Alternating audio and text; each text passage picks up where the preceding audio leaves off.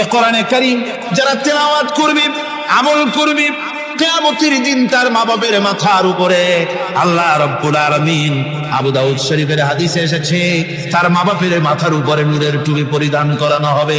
এমন নূরের টুপি, এমন নূরের তাজ পরানো হবে, চন্দ্র সূর্যের আলোকে ম্লান করে দেবে। হাসরবাসীরা প্রশ্ন করবেন, এ লোকটি কে? কোন ফেরেশতা নাকি বলে না, কোন নবী নাকি বলে না, তবে কি ইনি কে? জবাব হবে, ইনি হচ্ছেন সেই ব্যক্তি যিনি তার সন্তানদেরকে কোরআন শিখিয়েছিলেন। কোরআন শিখানোর কারণে আল্লাহ রাব্বুল আলামিন আজ তার মা বাপের মাথার উপরে নূরের টুপি পরিধান করে হাসরের ভিতরে মর্যাদা দিলেন। কিয়ামতের দিন দুনিয়াও মর্যাদা পাওয়া যাবে, আখিরাতেও মর্যাদা পাওয়া যাবে যদি কোরআনে কারীমকে তেলাওয়াত করা যায়, আমল করা যায়, বোঝা যায়, তাহলে এই সমস্ত নিয়ামত আল্লাহ পাক দান করতে।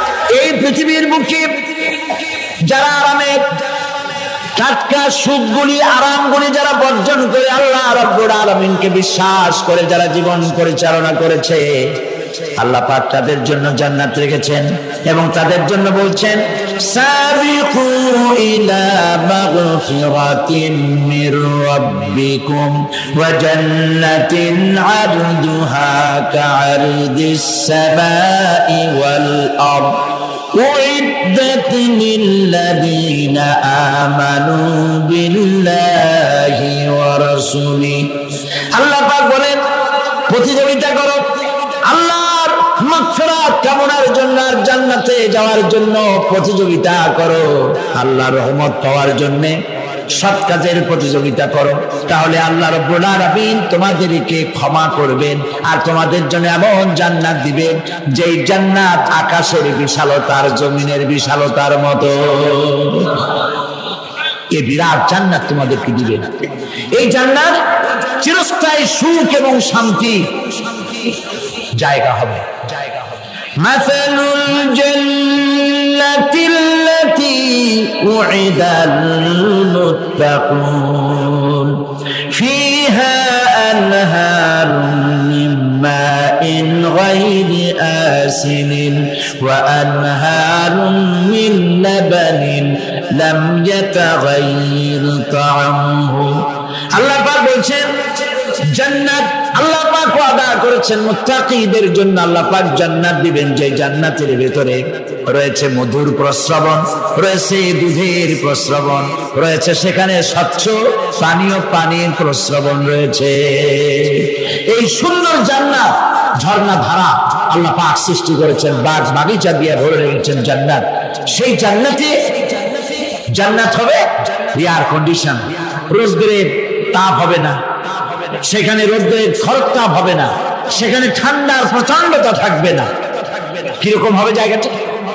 আল্লাহ পাক বলছেন, মুত্তাকিনা আলাল আরাইকি লা ইয়ারাউনা ফিহা শামসান ওয়ালা জামহারিরা ওয়া দানিয়াতান আলাইহিম যিলালুহা ওয়া দুল্লিলাত কুতুফুহা তাদলীলা।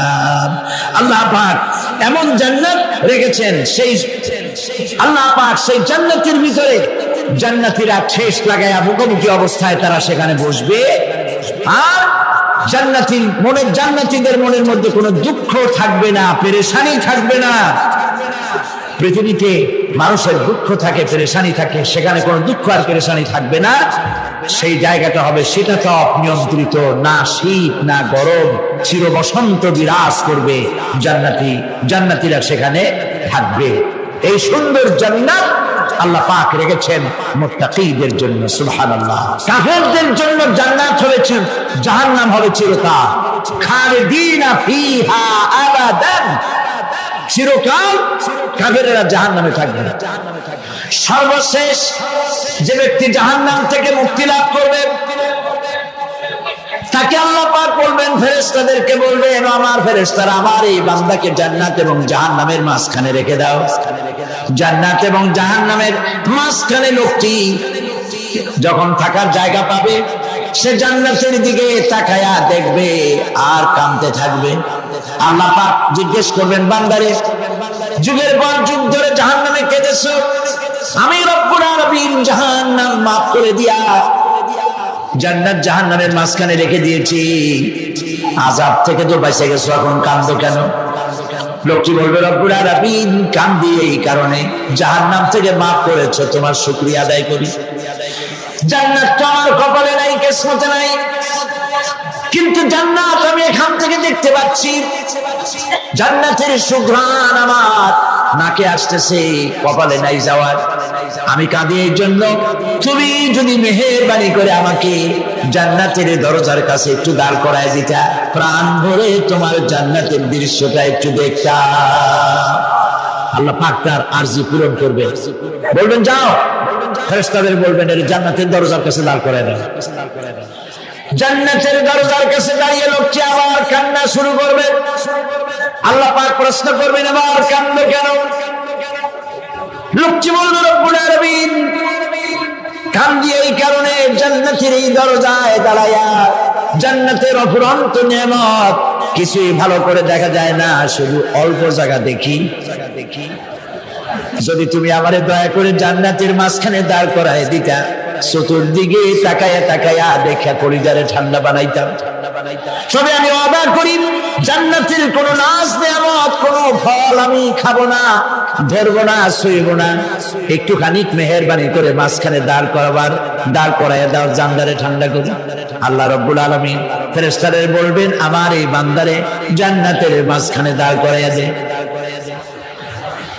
আল্লাহর নবী বলেন, জান্নাতের মাঝখানে দাঁড়িয়ে লোকটি আগের চাইতে আরো জোরে চিৎকার মেরে কাঁদতে থাকবে। আল্লাহ পাক বলবেন, বান্দারে কি হলো তোর? দরজার কাছে আসতে চাইছো, আইনা দিলাম। আবার এবার মাঝখানে আসতে চাইছো, তাও এনে দিয়েছি, আবার কান্দো কেন? লোকটি বলবে রব্বুল আলামিন এবার কান্দি এই জন্যে, তুমি যখন দয়া করে একটিবার জান্নাতের মাঝখানে এনে আমাকে দাঁড় করায় দিয়েছো, তুমি রহমান রহিম গফুরুর রহিম, এই জান্নাত থেকে আবার আর বাইর করে দিও না।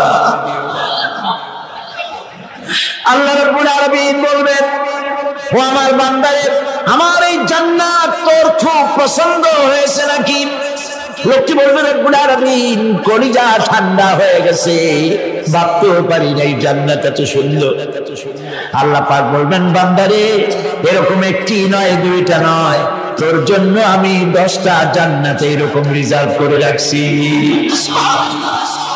সুবহানাল্লাহ। আল্লাহ পাককে ভয় করে পৃথিবীর সমস্ত পাপ থেকে যারা নিজেকে রক্ষা করবে, আল্লাহ তাদের জন্য এই জান্নাত রেখে দিয়েছেন। সুবহানাল্লাহ। সেই জান্নাতের রিসিপশন আপনারা আন্দাজ করতে পারবেন না, রিসিপশন কারে কয়? কি এর প্রধানমন্ত্রী আর প্রেসিডেন্ট, 4-5টা পুলিশ আর আর্মি এসে একটা ফট করে সেলুট মারলো, বাস শেষ হয়ে গেল, এরকম না। জান্নাতীদেরকে রিসিপশন দেওয়া হবে। জান্নাতীরা যখন আল্লাহর হুকুমে জান্নাতের দিকে যেতে লাগবে, আর যখন জান্নাতের কাছে চলে যাবে, আল্লাহ রাব্বুল আলামিন শোনায় দিচ্ছেন, হাত্তা ইদা জাউহা ফুতিহাত আবওয়াবুহা ওয়া ক্বালা লাহুম খাযানাতুহা সালামুন আলাইকুম তিবতুম ফাদখুলুহা খালিদিন। সুবহানাল্লাহ। জান্নাতীরা যখন জান্নাতে প্রবেশ করার দরজার মুখোমুখি হবে, দ্বার রক্ষীগণ তখন বলবে, সালামুন আলাইকুম, আল্লাহর শান্তি তোমাদের উপরে বর্ষিত হোক। সুবহানাল্লাহ। দুনিয়ার টাটকা টাটকা সুখগুলি 2 পা দিয়ে ছেলে দিয়েছো, টাটকা সুখগুলি গ্রহণ করো নাই, হারাম খাও নাই, আল্লাহ দ্বীন কায়েমের জন্য রক্ত দিয়েছো, জীবন দিয়েছো, কষ্ট করেছো, আল্লাহকে ভয় করেছো। আমাদের সালাম গ্রহণ করো, জান্নাতের মধ্যে ঢুকে যাও চিরকালের জন্য। সুবহানাল্লাহ। আর বাইর হওয়া লাগবে না, চিরকাল এই জান্নাতের মধ্যে তোমরা বসবাস করতে পারবে। আল্লাহ রাব্বুল আলামিনের ফেরেশতারা বলে দিলেন।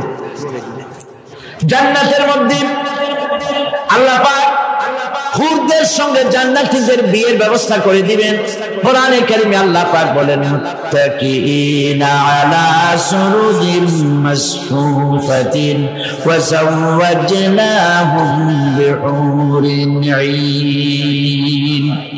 সামনাসামনি ভাবে সাজানো সারি সারি আসন সমূহের উপর তারা ঠেস লাগায় বসে থাকবে, আর আল্লাহ রাব্বুল আলামিন হুরদের সাথে জান্নাতীদের বিয়ের ব্যবস্থা করে দিবেন। যেসব হুরের সঙ্গে বিয়ে হবে তাদের আল্লাহ পাক বিবরণ দিচ্ছেন কি রকম হবে তারা। লাম ইয়াতমিসহুন্না ইনসুন ওয়ালা জান। এর পূর্বে জিন এবং ইনসান এদেরকে কেউ স্পর্শ করে না। কিরকম তারা? কাআন্নাহুন্নাল ইয়াকুতু ওয়াল মারজান। যেমন ঝিনুকের ভিতরে মণিমুক্তা থাকে, এইভাবে আল্লাহ পাক তাদেরকে পবিত্র করে রেখে দিয়েছেন। আমার প্রিয় ভাইরা, আল্লাহ রাব্বুল আলামিন কোরআনে কারীমের ভিতরে বলেছেন ফাবিআইয়ি আলা'i রাব্বিকুমা তুকাযযিবান।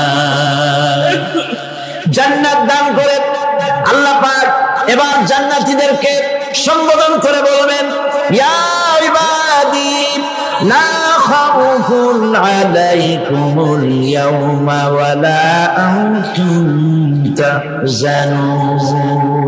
হে আমার বান্দারা, লা খাউফুন আলাইকুমুল ইয়াওম, আজ আর কোনো ভয় নাই। সুবহানাল্লাহ সুবহানাল্লাহ।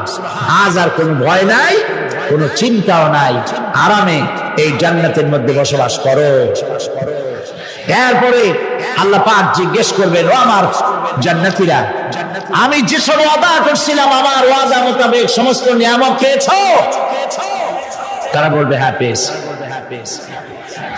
সব নিয়ামত আপনার ওয়াদা মোতাবেক সব পেয়েছি। আল্লাহ রাব্বুল আলামিন বলবেন সব পাও নাই, ওয়ালাদাইনা মাজিদ, আমার কাছে আরো বেশি আছে। সুবহানাল্লাহ, আমার কাছে আরো বেশি আছে। জান্নাতীরা বুঝবে না সে আরো বেশিটা কি, এর থেকে আর বেশি কি। প্রিয় ভাই সব, নবী করিম সাল্লাল্লাহু আলাইহি সাল্লাম বলেছেন জান্নাতের সুখ আর শান্তি কোন চোখ নাই যা দেখেছে, যা কোন অন্তঃকরণ নাই যা কল্পনা করতে পেরেছে। এই জান্নাত মুত্তাকিদের জন্য আল্লাহ রাখছেন। সুবহানাল্লাহ। জান্নাতীরা ভাবতেও পারবে না সেই নিয়ামতগুলি কি। প্রিয় ভাই সব, সেই মুহূর্তে আল্লাহর নবী মুহাম্মদুর রাসূলুল্লাহ সাল্লাল্লাহু আলাইহি ওয়াসাল্লাম বলবেন রব্বুল আলামিন, আমার উম্মতেরা জান্নাতীরা বুঝতে পারে নাই আপনার কাছে কি নিয়ামত আরো বেশি আছে। আমার এই উম্মতেরা জান্নাতীরা আপনার ওয়াদা মোতাবেক সব পেয়েছে, কিন্তু একটি জিনিস এখনো তাদের কিসমতে হয় নাই। সেই জিনিসটা হলো যারা তার রবকে না দেখে শুধু কোরআন আর হাদিসের কথা শুনে আরামের ঘুম হারাম করে তাহাজ্জুদের নামাজ আদায় করেছিল, চোখের পানি ফেলেছিল, যারা জান্নাত দেখে নাই, জাহান্নাম দেখে নাই, আপনাকে ভয় করে যারা জীবন পরিচালনা করেছিল, যারা আপনাকে দেখে নাই, না দেখে শুধু কোরআন হাদিস বিশ্বাস করে যারা অকাতরে নিজেদের জীবন বিলায় দিয়েছিল, এই জান্নাতীরা এখন পর্যন্ত তার রবকে দেখতে পারে নাই। আল্লাহ রাব্বুল আলামিন তার সামনে থেকে ৭০,০০০ পর্দা সরে যাবে। আল্লাহ পাক বান্দাদের আরজি পুরা করার জন্য জান্নাতীদের সামনে তিনি জালোয়া ফরজ হবে। কোরআন শরীফের ভিতরে আল্লাহ পাক বলেন জান্নাতীরা তারা আল্লাহর দিকে, জান্নাতীরা তার রবের দিকে তাকিয়ে থাকবে, আর রব তার বান্দাদের দিকে তাকায়া থাকবে। প্রাণ ভরে জান্নাতীরা রবকে দেখবে, সুবহানাল্লাহ, আল্লাহ পাককে দেখবে। প্রাণ খুলে আজ দোয়া করি রব্বুল আলামিন জান্নাতের যেই পরিবেশে যেই জায়গায় তুমি দয়া করে তোমার গোলামদেরকে তুমি নিজে দর্শন দিবে, দেখা দিবে। মনিব গো, ও আমাদের রব, আজ এই বিশাল জনসমুদ্র নিয়ে তোমার দরবারে আবেগ ভরা কণ্ঠে বলি, যে অনুষ্ঠানটি তুমি এমন মুবারক অনুষ্ঠান করবে যেখানে তুমি জান্নাতীদেরকে দেখা দিবে, ওই জান্নাতের কোনো একটি, ওই অনুষ্ঠানের কোনো একটি কোনায় কানায় আমাদেরকেও দাঁড় করাইয়া দেখার তো।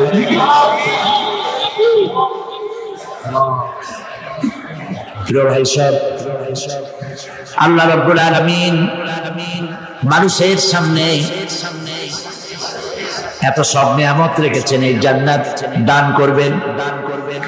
এরপরে আল্লাহ রাব্বুল আলামিন কোরআনে কারীমের মধ্যে বলেছেন, রব্বিস সামাওয়াতি ওয়াল আরদি ওয়া মা বাইনাহুমার রাহমানি লা ইয়ামলিকুনা মিনহু খিতাবা। এসব পুরস্কার রয়েছে তোমাদের সেই রবের পক্ষ থেকে যিনি আকাশ আর জমিনের মালিক। সুবহানাল্লাহ বলবেন না? যার সামনে কথা বলার ক্ষমতা কারো হবে না। এটি একটি মারাত্মক কথা। কিয়ামতের দিন আল্লাহর দরবারে কেউ কথা বলতে পারবে না আল্লাহর নির্দেশ ছাড়া। একটি আকীদা পরিষ্কার করে নিয়ে জান্নাত পাবে, সে আকীদাটা এভাবে পরিষ্কার করুন, কোন পীর সাহেব, কোন খাজা বাবা, কোন মাওলানা, কোন মুহাদ্দিস, কোন বুজুর্গ আপনাকে সুপারিশ করতে পারবে না যদি না আল্লাহ পাক তাকে কথা বলার তৌফিক না দেন। মনে থাকবে এটা? আয়াতুল কুরসির ভিতরে আমরা পড়ি, মান যাল্লাযী ইয়াশফাউ ইনদাহু ইল্লা বিইذনিহি। আল্লাহ পাক বলেছেন কিয়ামতের দিন আল্লাহর দরবারে কার সাহস আছে কথা বলতে পারে? মান যাল্লাযী ইয়াশফাউ ইনদাহু ইল্লা বিইذনিহি। আল্লাহর অর্ডার ছাড়া, হুকুম ছাড়া আল্লাহর সামনে কথা বলার সেদিন কেউ থাকবে না। সুবহানাল্লাহ। কেউ কথা বলতে পারবে না। সুপারিশ করতে হবে আল্লাহ যারে বলেন তুমি করো, অমুকের জন্য করো, সেই ব্যক্তি শুধু তার জন্যই করতে পারবে, আর কেউ কথা বলতে পারবে না। সেই কঠিন হাসরের ময়দান, যেদিন শুধুমাত্র আল্লাহ পাক কথা বলবেন, আর যারে বলতে বলবেন সেই কেবলমাত্র বলতে পারবে। সুপারিশ এটি আল্লাহ পাক কিয়ামতে পারমিশন দিলে বলা যাবে। হযরত ইব্রাহিম আলাইহিস সালাম, হযরত ইব্রাহিম আলাইহিস সালাম কিয়ামতের দিন তার নিজের পিতা সম্পর্কে সুপারিশ করবেন। রব্বুল আলামিন আমার আব্বার জন্য সুপারিশ করতেছি, মেহেরবানি করে জাহান্নাম থেকে তারে আপনি রক্ষা করুন। আল্লাহ রব্বুল আলামিন বলবেন, ইব্রাহিম তোমার সুপারিশ মঞ্জুর হবে না। ইব্রাহিম আলাইহিস সালামকে আগুনের ভিতরে যখন ফেলে দেওয়া হচ্ছে, ফেরেশতা বলতেছিল আমার কাছে সাহায্য চাও, আগুন থেকে বাঁচায় দেই। হযরত ইব্রাহিম বলেছিলেন আমার তো পরীক্ষা হতেছে, ইমতিহান হতেছে, আমাকে ডিস্টার্ব করো না, আমি তোমার কাছে কেন সাহায্য চাইবো? আমি আগুনে পড়লে পরে আমার মাবুদ, আমার খোদা, আমার আল্লাহ তিনি যদি খুশি হন, তাহলে আমার এমন আল্লাহকে খুশি করার জন্য 1000 বার পড়তে রাজি আছি। তোমার কাছে কেন সাহায্য চাইবো? আমি তো অন্ধ, আল্লাহর ইবাদত করি না যিনি আমার দুঃখ দুর্দশা নিজের চোখে না দেখেন। আগুনের মধ্যে পড়ে গেলেন। আল্লাহ পাক আগুনকে অর্ডার করে দিলেন, ইয়া নারু কুনি বারদাও ওয়া সালামান আলা ইব্রাহিম। আগুন আমার ইব্রাহিমের জন্য ঠান্ডা হয়ে যা, শান্তিদায়ক ঠান্ডা হয়ে যা। তাহলে দেখা গেল আগুনের মালিক হচ্ছেন আল্লাহ পাক। আল্লাহ পাক আজও যদি কোনো পূজা করা লাগবে না আগুনের, আগুনের পূজা করা তো হারাম। আগুন হচ্ছে আল্লাহর গোলাম, আল্লাহর সৃষ্টি, এটা হচ্ছে মাখলুক, আল্লাহ হচ্ছেন খালিক। বিশ্বকবি, কবি সম্রাট আল্লামা ডাক্তার ইকবাল কি সুন্দর করে বলেছেন, আজ ভি হো জো ইব্রাহিম কা ইমা পয়দা, আজ ভি হো जो इब्राहिम का ईमान पैदा आग कर सकती है एक अंदाज गुलिस्तान पैदा। ইব্রাহিমের ঈমান যদি আদিও কোথাও হয় বিদ্যমান, করতে পারেন অগ্নিকুণ্ডে খুবসুরত এক গুলিস্তান। এখনো যদি ইব্রাহিমের ঈমান যদি কারো মধ্যে জাগ্রত হয় আর তাকে যদি আগুনে ভালানো হয়, সে আল্লাহ আজও আছেন না নাই? আছে কিনা? কতবার মুসা এবং তার ভাই হারুনকে আমার নিদর্শন দিয়ে তাদেরকে সুস্পষ্ট রূপে প্রমাণ সহ ফেরাউন এবং তার সভাসদের কাছে আমি পাঠিয়ে দিলাম। তারা যখন তাদের কাছে গিয়ে দ্বীনের দাওয়াত দিল, তখন তারা কি বলল? ফাকালু আনুমিনু লিবাশারাইনি মিসলিনা ওয়া কওমুহুমা লানা আবিদুন। আমি যখন তাদেরকে পাঠালাম, তারা যখন দ্বীনের দাওয়াত দিলেন, ইবাদতের দাওয়াত দিলেন, তখন তারা বলল, আমরা কি এমন আমাদেরই মতো দুজন মানুষের আনুগত্য করব? এখানে আবেদন অর্থাৎ দাসত্ব, আমরা কি তার দাসত্ব করব? وما خلقت الجن والإنس إلا ليعبدون। আমি মানুষ এবং জিনকে সৃষ্টি করেছি শুধুমাত্র আমার ইবাদতের জন্য, আমার গোলামের জন্য, আমার আনুগত্যের জন্য। এখন এই ইবাদত আমাদের সৃষ্টি হয়েছে কিসের জন্য? জবাব দিতে হবে সকলকে। কি জন্য? ইবাদতের জন্য। আমি যে মাঝে মধ্যে প্রশ্ন করি, তাতে কি আপনারা রাগ করেন নাকি? আমি আপনাদেরকে কষ্ট দেওয়ার জন্য প্রশ্ন করি না, এটি সুন্নতের একটি অংশ। রাসূল সাল্লাল্লাহু আলাইহি ওয়াসাল্লাম গুরুত্বপূর্ণ কথাগুলি সাহাবায়ে কিরামদেরকে 3 বার করে জিজ্ঞেস করতেন, যাতে করে কথাগুলি অন্তরের ভেতরে ঢুকে যায়, কলিজার ভিতরে ঢুকে যায়। আল্লাহ পাক আমাদের সৃষ্টি করেছেন ইবাদতের জন্য। কিসের জন্য? আমরা যেন তার গোলামি করি, সেই জন্য আল্লাহ পাক আমাদেরকে সৃষ্টি করেছেন, জিনদেরকেও সৃষ্টি করেছেন ইবাদতের জন্য। এই ইবাদত একটি ব্যাপক অর্থবোধক শব্দ। আমরা যদি ইবাদতটা নাই বুঝি, তা আমাদের মানব জন্ম হবে বৃথা। ইবাদত হচ্ছে আল্লাহর পছন্দনীয় জিনিসগুলি আমল করে তার সন্তুষ্টি অর্জন করার জন্য প্রচেষ্টা চালানো জীবনের সকল ক্ষেত্রে। এর মধ্যে ইবাদতের ভিতরে এমন এক ব্যাপক অর্থ যে এর ভিতরে নামাজ, রোজা, হজ, যাকাত, সত্য কথা, আমানতদারি, দিয়ানতদারি, প্রতিবেশীর হক আদায় করা, মাতা পিতাকে শ্রদ্ধা করা, প্রতিবেশীর হক আদায় করা, স্ত্রীর হক আদায় করা, সৎ কাজের আদেশ করা, অসৎ কাজের নিষেধ করা, জিহাদ ফি সাবিলিল্লাহ করা, এই সব কিছুই হচ্ছে ইবাদতের মধ্যে শামিল।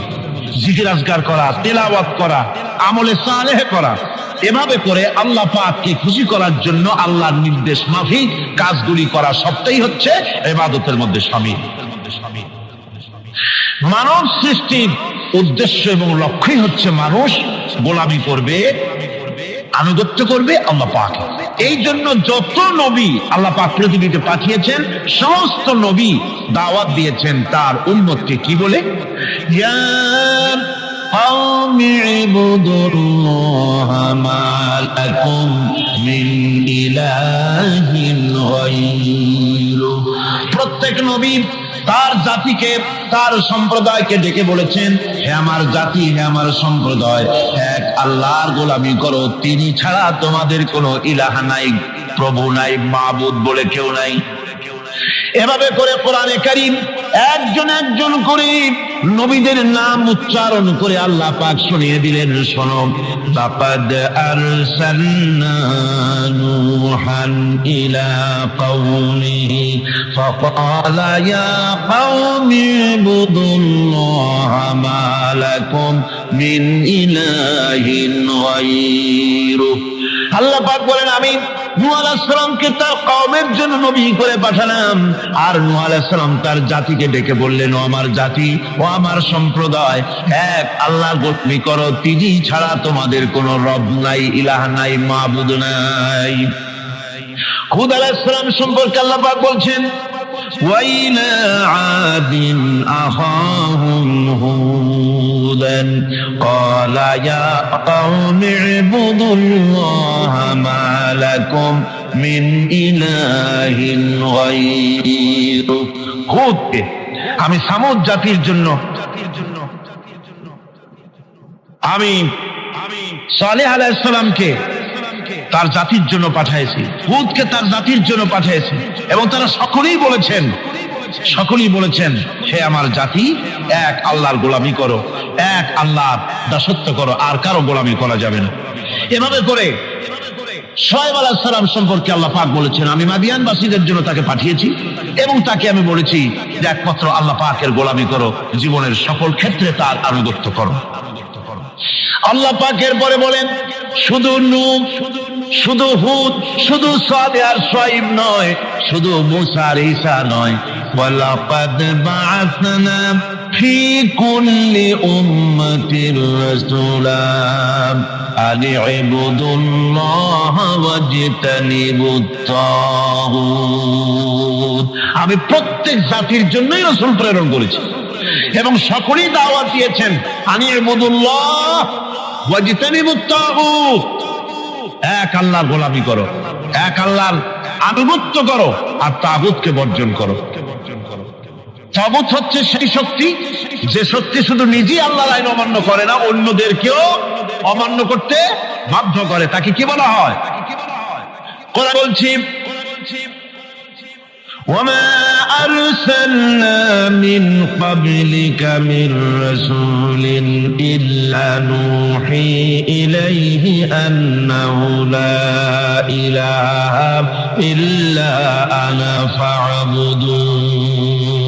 আল্লাহ পাক বলছেন, হে নবী, তোমার পূর্বে এই পৃথিবীতে আমি যাদেরকে পাঠিয়েছি তাদের সকলের প্রতি আমি এই ওহী অবতীর্ণ করেছিলাম যে তারা তার জাতিকে বলবে লা ইলাহা ইল্লা, লা ইলাহা ইল্লা আনা, আমি ছাড়া কোনো ইলাহ নাই, অর্থাৎ আল্লাহ ছাড়া কোনো ইলাহ নাই। এই কথাটা নবীরা সকল জাতির কাছে তারা বলবে, এই বলে ওহী নাযিল করেছে, এবং তারা বলবে একমাত্র আল্লাহ পাকের গোলামি, তার আনুগত্য জীবনের সকল ক্ষেত্রে করতে হবে, তিনি ছাড়া কোনো ইলাহ নাই, এটাকে বিশ্বাস করতে হবে। মেরাজ উপলক্ষে আল্লাহ পাক রাসূল করিম সাল্লাল্লাহু আলাইহি ওয়াসাল্লামকে যে পেগাম দিয়েছিলেন, যে হাদিয়া দিয়েছিলেন, যে 14টি পেগাম ছিল, তার মধ্যে প্রথম পেগাম যেটা ছিল সে ছিল কি? وَقَضَى رَبُّكَ أَلَّا تَعْبُدُوا إِلَّا إِيَّاهُ وَبِالْوَالِدَيْنِ إِحْسَانًا। তোমার রবের পক্ষ থেকে এটা চূড়ান্ত রূপে ফয়সালা হয়ে গিয়েছে, চূড়ান্ত ফয়সালা হয়ে গিয়েছে যে দাসত্ব, গোলামি, আনুগত্য করতে হবে কেবলমাত্র আল্লাহ সুবহানাহু ওয়া তাআলা। আল্লাহ পাকের গোলামি ছাড়া কারো গোলামি করা যাবে না। এখন এই গোলামিটা কি জিনিস, আসুন আমরা ব্যাখ্যা করে আলোচনা করে বুঝতে চেষ্টা করি গোলামিটা কি। এটি হচ্ছে, এটা মানুষের একটা স্বভাবজাত প্রবৃত্তি। মানুষের সামনে মানুষ কারো না কারো আনুগত্য করতে চায়, এটা তার রুহের মধ্যে, তার রক্তের মধ্যে, তার দেহের মধ্যে এটা মিশ্রিত রয়েছে। যেমন মানুষ ক্ষুধা লাগলে ক্ষুধা নিবৃত্ত করার জন্য আহারের আশ্রয় গ্রহণ করে, ঠান্ডা লাগলে শীত বস্ত্রের আশ্রয় নেয়, ক্ষুধা লাগলে খাদ্যের আশ্রয় নেয়, গরম লাগলে বৃষ্টি হলে ঘরের মধ্যে আশ্রয় নেয়, মনের ভাষা ব্যক্ত করার জন্য, মনের কথা ভাবের আদান প্রদান করার জন্য ভাষার আশ্রয় গ্রহণ করে। ঠিক এগুলি যেমন তার সহজাত প্রবৃত্তি, অনুরূপ ভাবে উপাসনার প্রেরণা তার মধ্যে স্বাভাবিকভাবেই উপাসনার প্রেরণা তার মধ্যে ঢুকিয়ে দেওয়া রয়েছে। কারো না কারো সামনে তার মাথা নত করা এটি একটি স্বাভাবিক প্রেরণা। ইবাদতের ধারণা প্রকৃতপক্ষে এটি একটি ব্যাপক ধারণা। এর প্রথমে এটাকে দুই ভাগে ভাগ করা যায়, একটা হচ্ছে বন্দিগি এবং আনুগত্য, আর একটা হচ্ছে পূজা বা অর্চনা। বন্দিগি এবং আনুগত্যের ব্যাপারটা হচ্ছে যে উচ্চতর কোন একটি সত্তার সামনে মাথা নত করে দেওয়া, যেটাকে আরবিতে বলা হয় ইজহারে তাজাল্লুল, নিজেকে ছোট করা, নিজেকে ছোট করা। এই নিজেকে ছোট করাটা এটা কিন্তু আল্লাহ পাক ছাড়া কারোর সামনে মাথা নত করা কথা বুঝেন না নাকি? আল্লাহ ছাড়া কারো সামনে মাথা নত করা যাবে না। সুতরাং আজ ইজহার তাদাল্লুল, মানুষ নিজেকে ছোট করবে কেবলমাত্র আল্লাহর কাছে। কার কাছে? আল্লাহ ছাড়া কারো সামনে মানুষ মাথা নত করতে পারবে না। এমনকি আমার দেশের কোর্টগুলিতে জজ সাহেবদেরকে বলা হয় মিলর্ড, আমার প্রভু। ব্রিটিশের শেখানো কথা, কোন মুসলমান উকিলের এমন কথা বলা উচিত নয়, জায়েজ নয়, হারাম। এ ধরনের কাস্টমস, এ ধরনের ট্র্যাডিশন উৎখাত করা উচিত। মাননীয় স্পিকার, মাননীয় জজ সাহেব, সম্মানিত জজ সাহেব এভাবে বলতে পারে, কিন্তু আমার প্রভু, প্রভু তো মুসলমানের একজন। প্রভু কয়জন? তার নাম কি?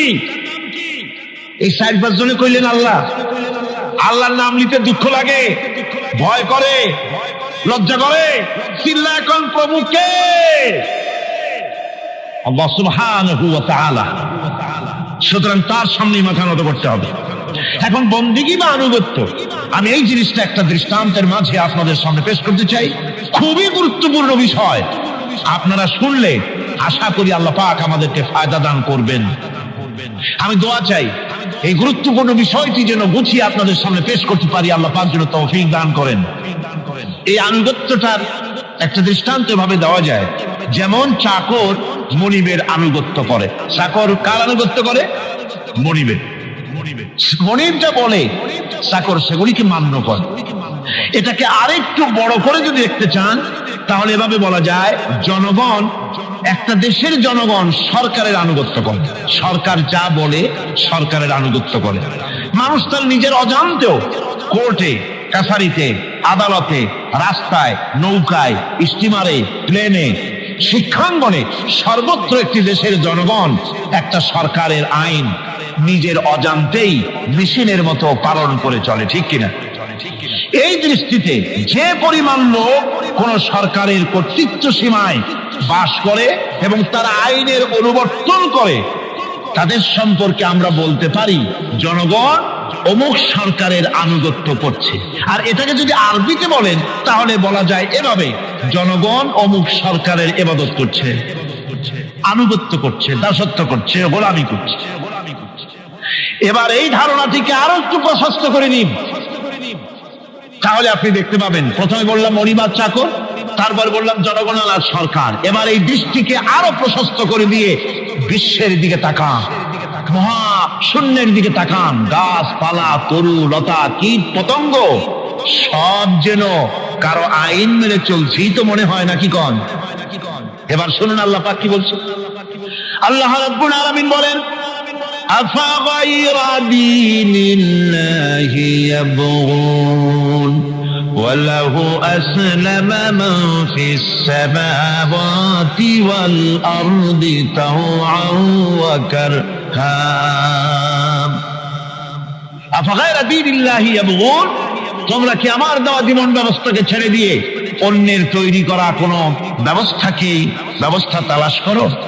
ওয়ালাহু আসলামা মান ফিস সামাওয়াতি ওয়াল আরদ, অথচ আকাশে যা আছে, জমিনে যা আছে, সব কিছু আনুগত্যের মস্তক আমার সামনে মাথা নত করে দিয়েছে। সুবহানাল্লাহ, ঠিক কিনা? একটি ধূলি কণা থেকে শুরু করে নক্ষত্র লোক অবধি যা কিছু আমরা দেখতে পাই, যা দেখি না, সব হুকুম মানে কার? এই আইনের বৃদ্ধাচারণ করার ক্ষমতা কারো নাই। এটাকে বলা যায় গোটা বিশ্ব চরাচর আনুগত্য করছে, গোলামি করছে, ইবাদত করছে। কার করছে?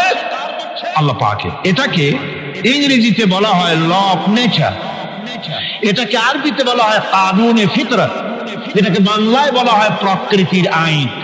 এই আইনকে লঙ্ঘন করার ক্ষমতা কারো না। বন্ধুগণ, এই পৃথিবীর আপনি লক্ষ্য করে দেখবেন, কোরআন মাজিদে এই বন্দিগিকে কোথাও ইবাদত বলেছে, কোথাও তাসবিহ বলেছে, কোথাও তাকদীস বলেছে, কোথাও সুজুদ বলেছে, কোথাও কুনুত বলেছে। আল্লাহ রাব্বুল আলামিন এই ইবাদতকে আল্লাহ পাকের এই আনুগত্যকে বিভিন্ন শব্দে ব্যবহার করেছে, যেমন وَلَهُ مَنْ فِي السَّمَاوَاتِ وَالْأَرْضِ وَمَنْ عِنْدَهُ لَا يَسْتَكْبِرُونَ عَنْ عِبَادَتِهِ وَلَا يَسْتَحْسِرُونَ। আসমান এবং জমিনে যা কিছু আছে সব আল্লাহ পাকের, আর যেসব ফেরেশতারা তার নিকটে আছে তারা সবাই আল্লাহ পাকের বন্দেগী করছে। আল্লাহ পাকের বন্দেগী করার ভিতরে কেউ ত্রুটি করছে না। ইউসাব্বিহুনাল লাইলা ওয়ান নাহারা লা ইয়াফতুরুন। তারা রাত দিন তার প্রশংসা কীর্তনে মাথা নত করে দিয়ে কোন রকমের বিশ্রাম ছাড়া, শৈথিল্য ছাড়া সব আল্লাহ পাকের জিকির করছে, তাসবিহ করছে, আনুগত্য করছে। আকাশের সমস্ত ফেরেশতারা, কত ফেরেশতা তার তো কোনো ঠিক ঠিকানা নাই। কত লক্ষ লক্ষ ফেরেশতা আছে শুধু রুকুর হালতে আছে, কেউ তো সিজদার হালতে আছে, কেউ তো কিয়ামের হালতে আছে। আর যার উপরে যে ডিউটি আছে সেই ডিউটি পালন করছে, সব আল্লাহ পাকের আনুগত্য করে চলছে। এভাবে করে আল্লাহ পাক বলছেন যে আমার আনুগত্য এবং আমার তাসবিহ, আমার গুণকীর্তন করার জন্য সবাই এর মধ্যে ব্যস্ত আছে। ইউসাব্বিহু লিল্লাহি মা ফিস সামাওয়াতি ওয়া মা ফিল আরদ আল মালিকিল কুদ্দুসিল আজিজিল হাকীম। ইউসাব্বিহু লিল্লাহি, তাসবিহ পড়ছে, সাব্বাহা ইউসাব্বিহু তাসবিহান, তাসবিহ পড়েছে